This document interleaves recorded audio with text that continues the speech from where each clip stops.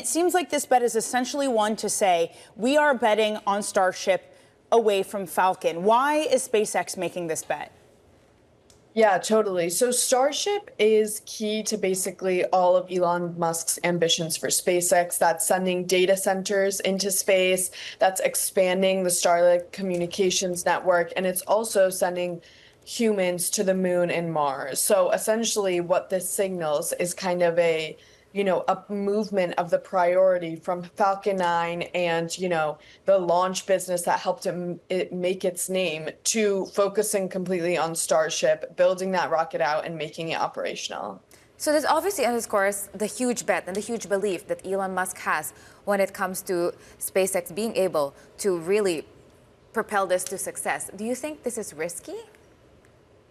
Yeah, so with Musk, you really never know. While today he is saying, we're not going to take any more Falcon 9 reservations past 2028, he could wake up tomorrow and say, Starship isn't ready. We're going to keep extending how many Falcon rides we're doing. But right now, this is the course they're taking. They still have a little bit of wiggle room. It sounds like they are fully booked out until 2028.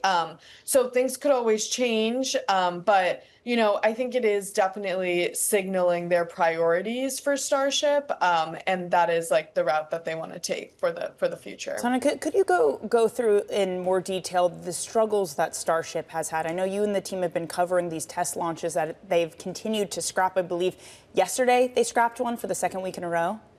Yes, totally. So Starship has had, a really rocky development testing cycle. It is advertised as the most powerful rocket ever built. It is very massive.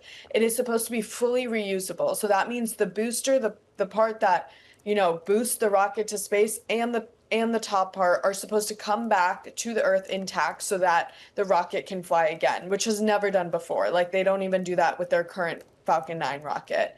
But, they have had, as I mentioned, a rocky development cycle. They've had some explosions. They've had some setbacks.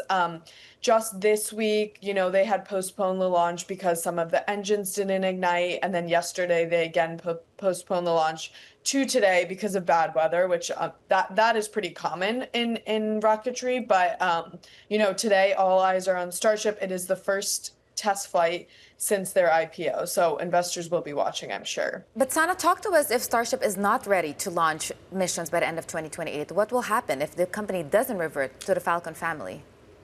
Yeah, so if Starship isn't ready and the company is deciding to turn off access to orbit with their Falcon family, that could be really catastrophic for so many US-based companies that rely on SpaceX to get to orbit. SpaceX basically commands a near monopoly on launch. It's enabled the growth of all these large-scale satellite networks because it launches more frequently than any other rocket in the world. So, these Amazon's networks, telecoms networks, satellite imagery networks, many of them rely on SpaceX to get to orbit.